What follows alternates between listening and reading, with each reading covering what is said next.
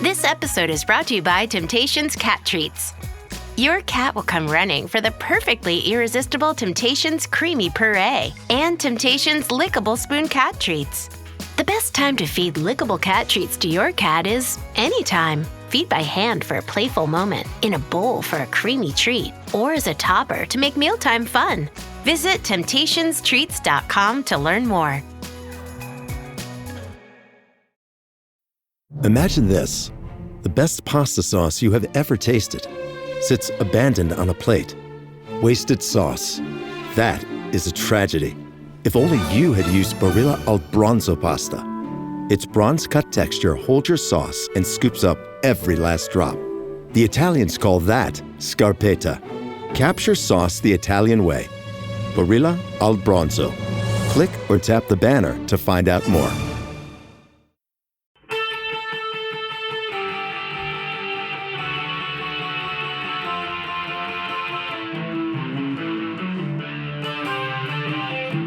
This is the Daily Blast from the New Republic, produced and presented by the DSR Network. I'm your host, Greg Sargent.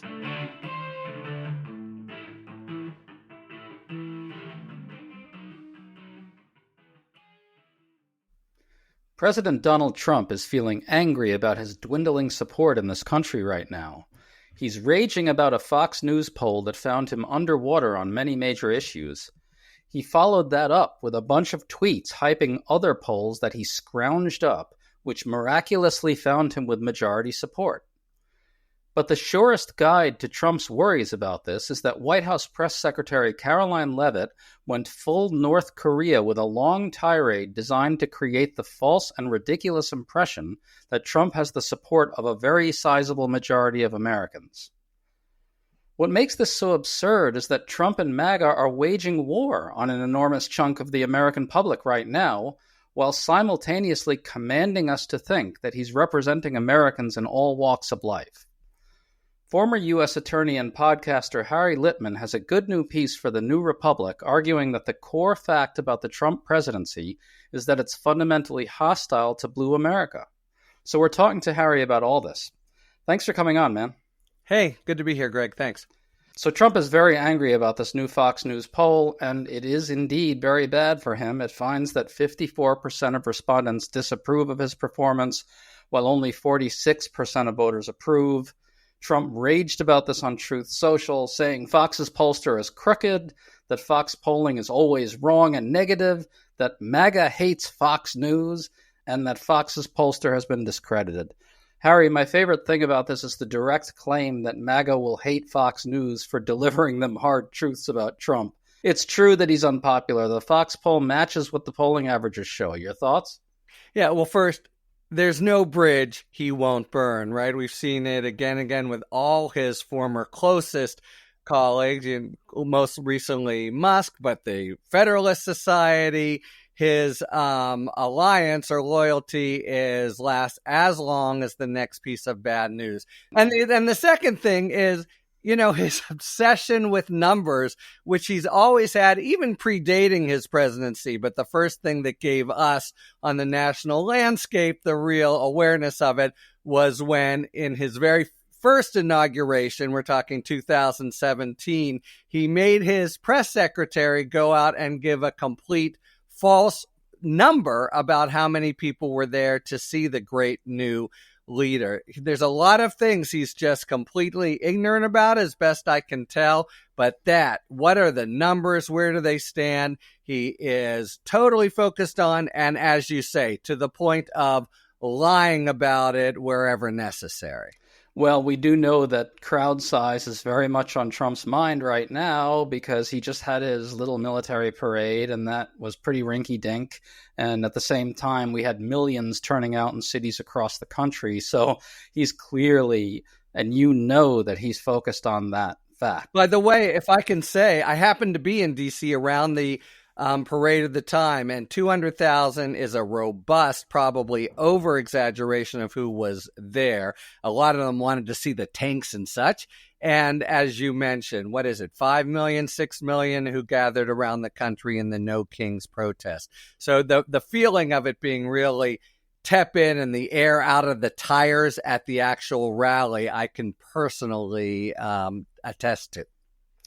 Well, glad to have that. At the White House press briefing on Thursday, Press Secretary Caroline Leavitt rushed in to Trump's rescue, rushed in with the pump to inflate the ego. Listen to this exchange in which a reporter brings up a quote from Congresswoman Jasmine Crockett. Really quick on Jasmine Crockett. She said, I believe, that Trump supporters are mentally ill before calling for bipartisan support against the president. Can you respond to that, especially considering she's a rising star in the Democrat Party right now? She is a rising star. It's quite something to behold, actually. I hope that she continues to be a rising star for the Republican Party, at least. I think it's incredibly derogatory to accuse nearly 80 million Americans of mental illness. The last time I checked, Jasmine Crockett couldn't dream of winning such a majority of the public as President Trump did. And the America First movement, which President Trump has built, is filled of hardworking patriots, the forgotten men and women, business owners, law enforcement officers, nurses and teachers, and middle America.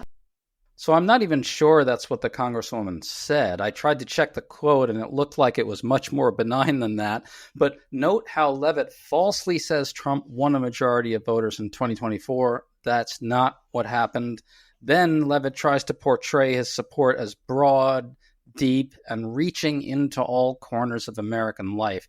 It's a preposterous depiction. What's your reaction to that? It's that last point, Greg, that really comes home to me. He actually, remember, in the campaign, tried to make some bromides about being a president for all Americans. He has been the antithesis of that. In fact, the piece that you kindly mentioned, it's about the really remarkable, and I can't think of a precedent except possibly the Civil War, deploy of executive power literally to attack, intimidate, insult the other party, the Democrats here, including at times where it's so patent that what a president needs to be doing, for instance, when there's an assassination, is to try to be unified. He not only doesn't have that in his personality or his DNA, his only governing strategy, it seems to me, and this is what I wrote, having gotten his brains beaten in so many of the things he's trying to do legally, is to just try to use his immigration powers to trash and humiliate and dominate, his one-trick pony kind of sensibility, Democratic politicians within the country. That seems to be what he's doing broadly now. People are being arrested. He's bringing troops against the will of governors. People are being charged and investigated. And it really seems like the administration is focused not just on individual Democrats, but the party and the cities that are Democratic strongholds as a whole. To stay up to date on all the news that you need to know, there's no better place than right here on the DSR Network. And there's no better way to enjoy the DSR Network than by becoming a member. Members enjoy an ad-free listening experience, access to our Discord community, exclusive content, and more. Use code DSR2025 for a 40% off discount on sign-up at thedsrnetwork.com/buy. That's code DSR2025 at thedsrnetwork.com/buy. Thank you, and enjoy the show.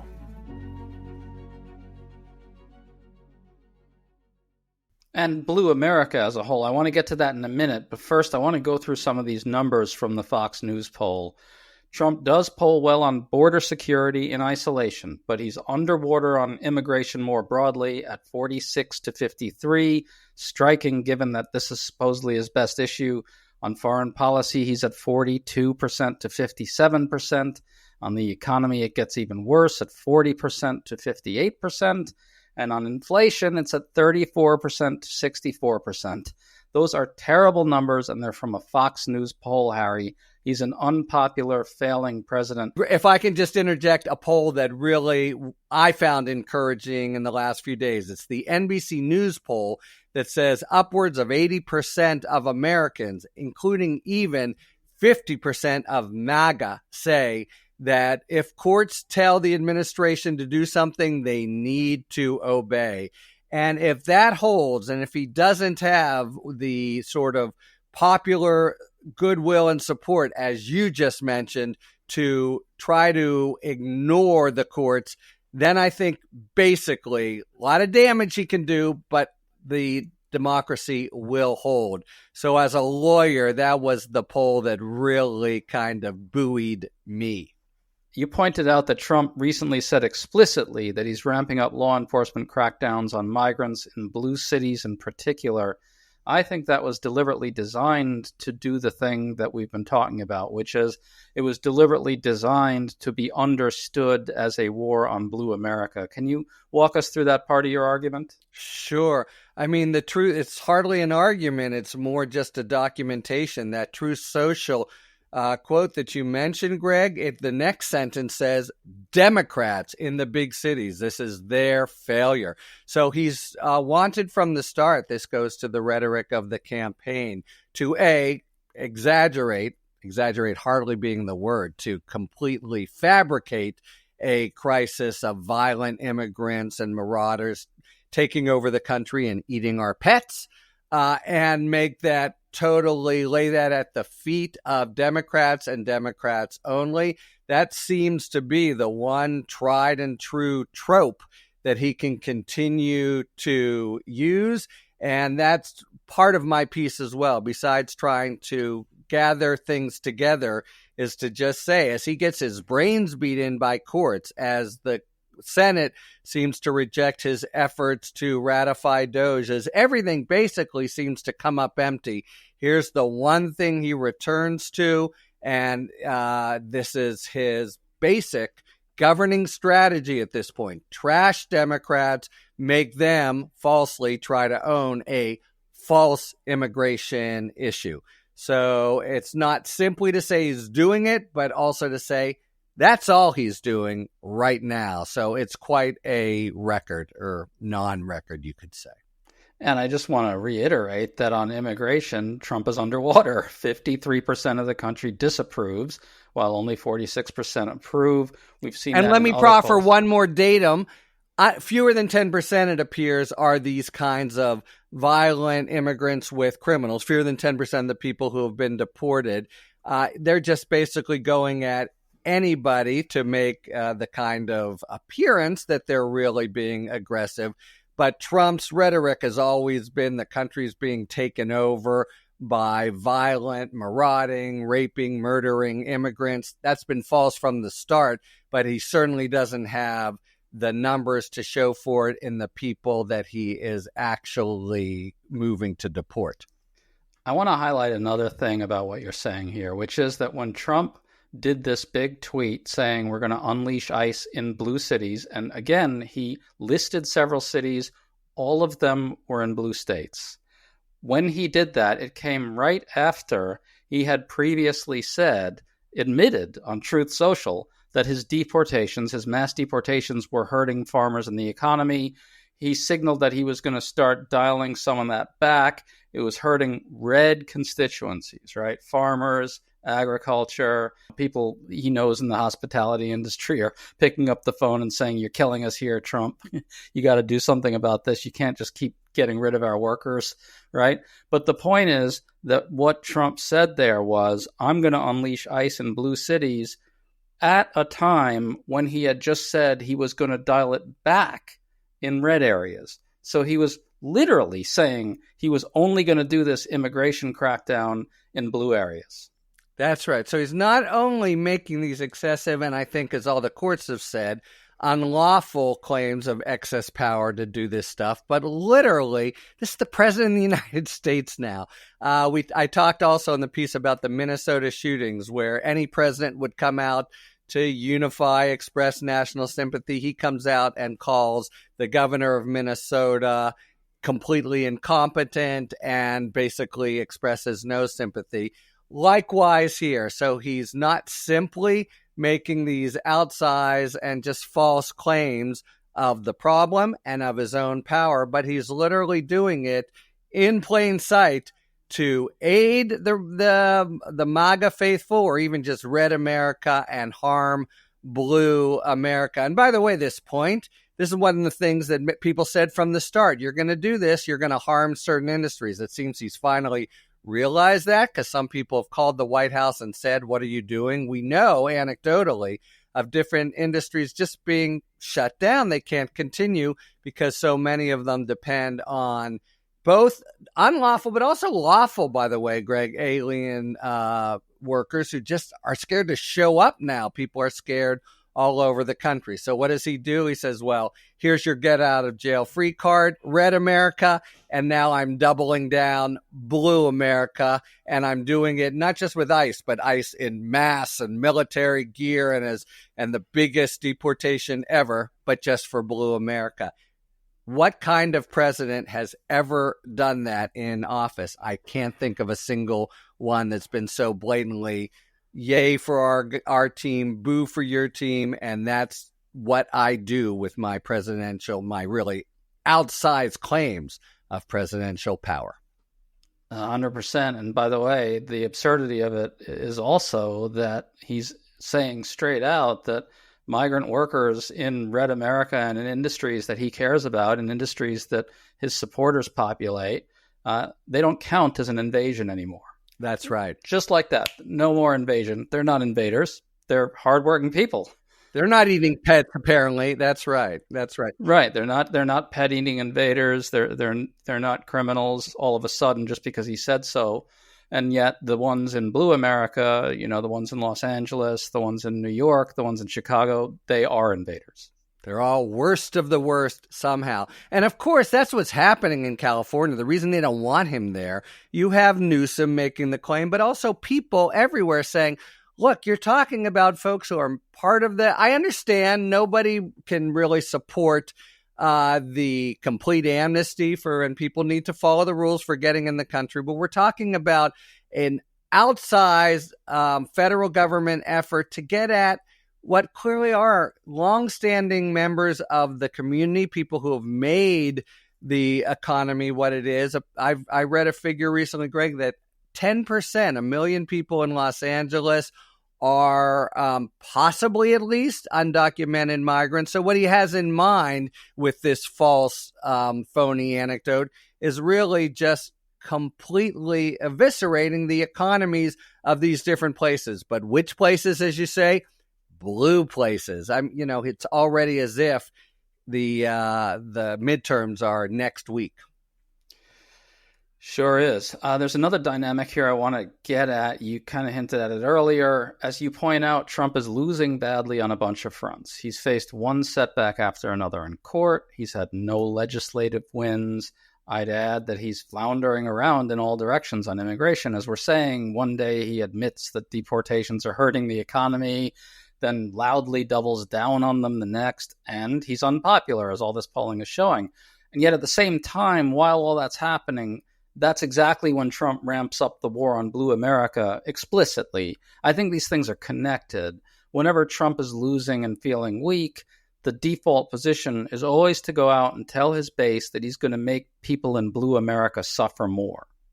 I really think that's right. To me, Greg, he's a one-trick pony. What I say at the end of this piece is there's been an element of shock and awe, as others have said, as he's done so much since January 20th. They haven't been his ideas.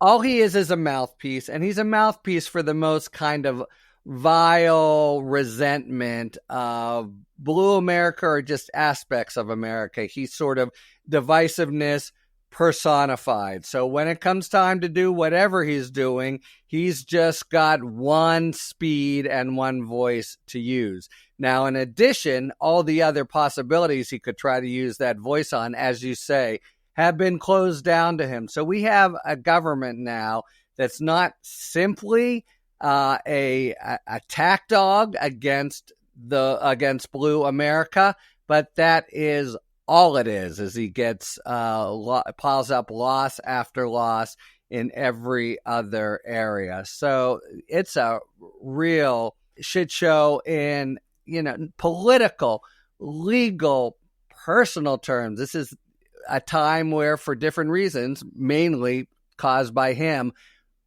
the country needs leadership. The country needs unity. And he's there to both set the flames and then light them and pour more fuel on them. That's all he knows how to do. There's a deep irony to this as well. He reverts to that position whenever he's feeling weak in the polls. And yet it's precisely that posture that's playing a big role in making him so unpopular. And you can actually see this, right? He's underwater, right? He's underwater on immigration, and that's clearly driven by things like sending the troops into Los Angeles, treating Blue America like enemy territory. Occupied territory is maybe what we should start calling it. Right? He's underwater, as you pointed out, on the courts. And by the way, that's also another element of waging war on Blue America. It's like when his people go out there and they say, maybe Trump won't listen to the courts anymore. That's a fuck you to us, right? That's who he's saying fuck you to. All of this is a fuck you to us. The universities, a lot. If you really analyze it down, who's hurt everyday Americans, including in red America, where they need these things more. But I totally agree with you, Greg, and I think I've long past trying to psychoanalyze Donald Trump. But honestly, I think it's, his playbook, I've always thought, is pretty damn thin. And that's all he can do is aggress, double down, be an asshole. That is his instinct anytime his back is against the wall. It's one thing to try to do in courts. It's one thing to try to do with enemies in business. But it's not the way to get above water in America. And I really do think, getting back to that NBC News poll and the 81%, we're always worried. Are we moving toward a Hungary model or a model of democracies that actually fade? And in those instances, I've tried to go to school on them. The would-be or successful authoritarian leader starts from a point of much greater popularity before then leveraging and commandeering the legal apparatus. He, from his position underwater, I don't think can pull it off, especially with the kind of tradition and ballast that this country has from, everyone saying the Pledge of Allegiance in first grade. So I think it's as you say, it's ironic because it's just when you're in when the rule of holes, when you're in a hole, stop digging, and he's making it worse. And also, again, for me and lawyers trying to have the lookout as best we can of what sort of existential menace are we in. I think it just hurts him and makes it all the less tenable for him to try the ultimate power grab of ignoring the courts and aggregating everything to himself. Let's not forget that he won an extremely narrow victory to begin with. It was the narrowest victory in recent memory. And his people went into this thinking that they were going to shock and awe us into accepting this type of authoritarian rule in the Hungarian model, as you say, and it's not working. Harry Litman, thanks so much for coming on. And folks, we should tell you that if you enjoyed this, make sure to check out Harry's podcast, Talking Feds. Harry, thanks for coming on, man. Thanks, Greg. Good to be here.